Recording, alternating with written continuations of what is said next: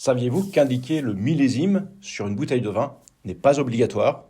Bonjour et bienvenue sur le podcast quotidien de Le vin à la bouche.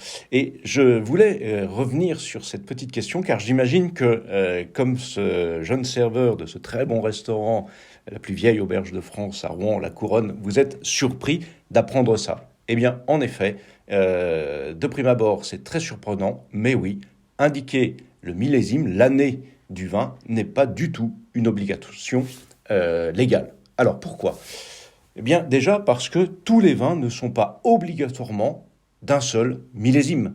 Bien sûr, vous prenez tous les petits vins des communautés, de la communauté, dit de la communauté européenne, etc., où c'est un melting pot d'un peu tout, mais même les champagnes et c'est de tradition, ne sont pas, voire plus exactement, sont très rarement millésimés. Pourquoi? Parce que dans le champagne, ce qu'on cherche depuis des siècles, c'est obtenir une constance de goût. Vous prenez un Moët et Chandon, vous prenez un Canard du Chêne, vous savez ce que vous allez boire. Et cela, on l'obtient justement en rééquilibrant les millésimes d'année en année. Lorsque le champagne est millésimé, c'est qu'il s'agit d'une année particulièrement exceptionnelle pour un cru particulièrement exceptionnel.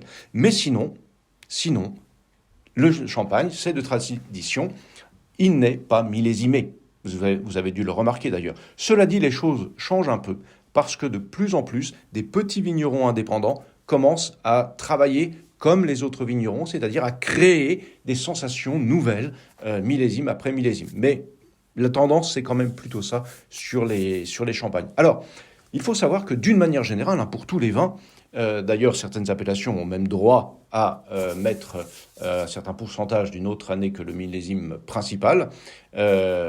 Pourquoi est-ce qu'on fait ça? En fait, c'est un assemblage.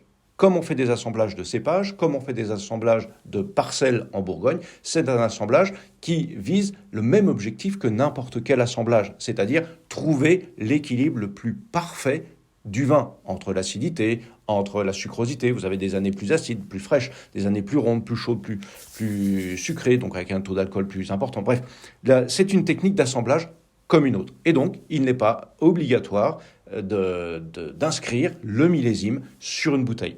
Et par voie de conséquence, les restaurants ne sont pas tenus d'afficher le millésime lorsque vous choisissez votre bouteille.